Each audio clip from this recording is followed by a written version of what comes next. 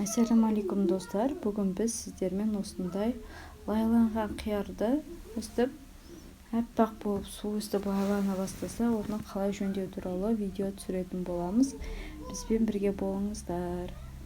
Біз ең алдымен ол үшін осы лайланған қиырларымызды аламыз да, оның суын төгіп алатын боламыз. Бізде маринатталған қияр. Ең бірінші осы жабылған қақпаны қайтадан ашамыз.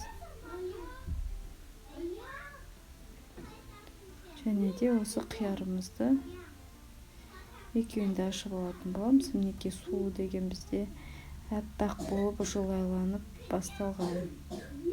Өстіп барлық жабылған қиярдың арасынан осылай кейде 1-2 банкасы өстіп шығады.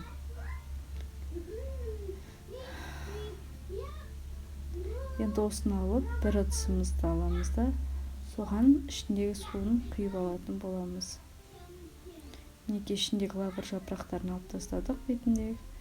Өстіп мінекей суымыз аппақ болып тұр. Осыны құйып аламыз басқа ыдысқа.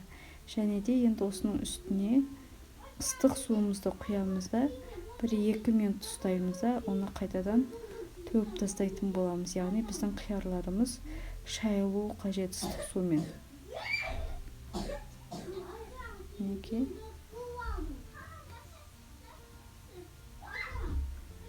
Өстіп шайылуы қажет. Енді оның үстіне тағы да екінші рет өстіп ыстық су құйып, тағы да екінші рет шайып алатын боламыз қиярларды. Бұны да өстіп төгіп тастаймыз 1-2 минуттан кейін. Мінекей біздің суымыз енді уже тазарды. Мінекей. Енді осы тазарған кезде оның үстіне біз тағы да ыстық су құятын боламыз 3-ші рет. Бірақ біз бұны 3-ші рет қайнаған су құятын боламыз үстіне. Және де оны біз енді 20 минуттай ұстайтын боламыз осы суды.